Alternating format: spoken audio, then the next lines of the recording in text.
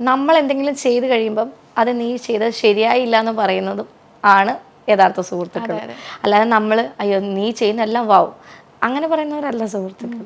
പിന്നെ എന്നും വിളിച്ച് നമ്മുടെ കാര്യങ്ങൾ അറിഞ്ഞുകൊണ്ടിരിക്കുന്നവർ പുറകെ കൂടെ ചെന്ന് പാര വയ്ക്കുന്നവരും ഉണ്ട്. അതെ, അതെനിക്ക് ഇപ്പം നന്നായിട്ട് അനുഭവിച്ചുകൊണ്ടിരിക്കുന്ന ആളാണ്. നന്നായിട്ട് അനുഭവിച്ചുകൊണ്ടിരിക്കുന്ന, ഞാൻ താമസിക്കുന്ന എൻ്റെ ഫ്ലാറ്റിൽ തന്നെ ഞങ്ങളുടെ ഒരു ഗ്യാങ് ഉണ്ടായിരുന്നു. ആ ഗ്യാങ്ങിൽ തന്നെ ഉണ്ടായിരുന്ന 2 ലേഡീസ്.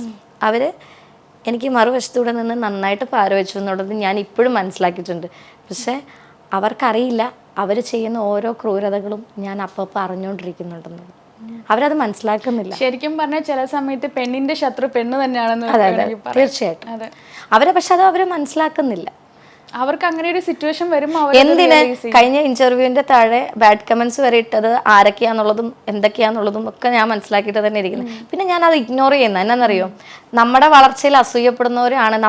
നമ്മൾ വളരുന്നുണ്ട്, അതുകൊണ്ടാണ് നമുക്ക് ഇങ്ങനെയുള്ള കമന്റ്സും നമ്മുടെ പുറകെ ഇങ്ങനെ ഒരു പറ്റ ആൾക്കാരുള്ളതും.